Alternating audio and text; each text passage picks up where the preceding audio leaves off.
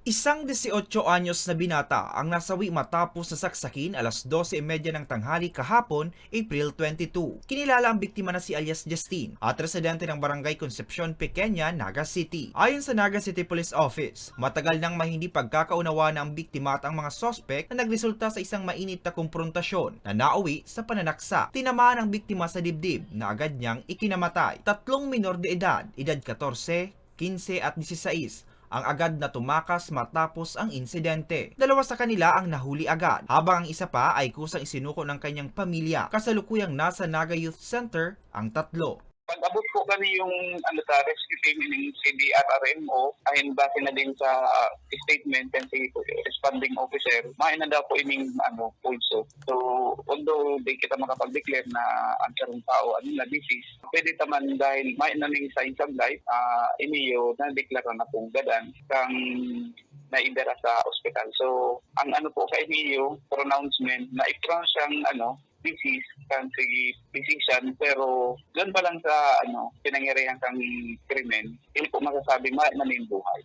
Ayon pa sa otoridad, ang 14 anyos ay hindi maaaring kasuhan, ngunit maaari pa ring managot sa civil liability. Ang 15 at 16 anyos naman ay maaaring kasuhan ayon na rin sa Department of Social Welfare and Development. Samantala, nagsampa na ng kasong homicide ang pamilya ng biktima.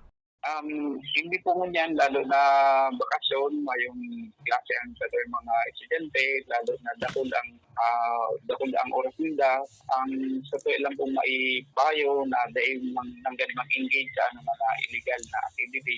Kasi piliyon ng ginara itong mga nakakaibahan ng mga barkada. Tapos hindi sa mga pag-iba sa mga grupo-grupo, alam niya mga fraternity, siguraduhin pa po na sa tama na kitang edad kasi hindi po kahit anong ginara yung consent kang magurang. At iniyon naman po pagsari sa mga grupo, although dahil sa mga po yung binabawalan, pero hilingon pa po giraray lalo sa mga magurang kung ang kaibangan sa mga aki nai-involve ko sa mga gulo at sa mga rambol, mga riot kasi base nga sa initial investigation may dati na ining pag-iiriwal. So baka mga involved na ini sa rambol na nangyari ba prior kay yung pananaksa.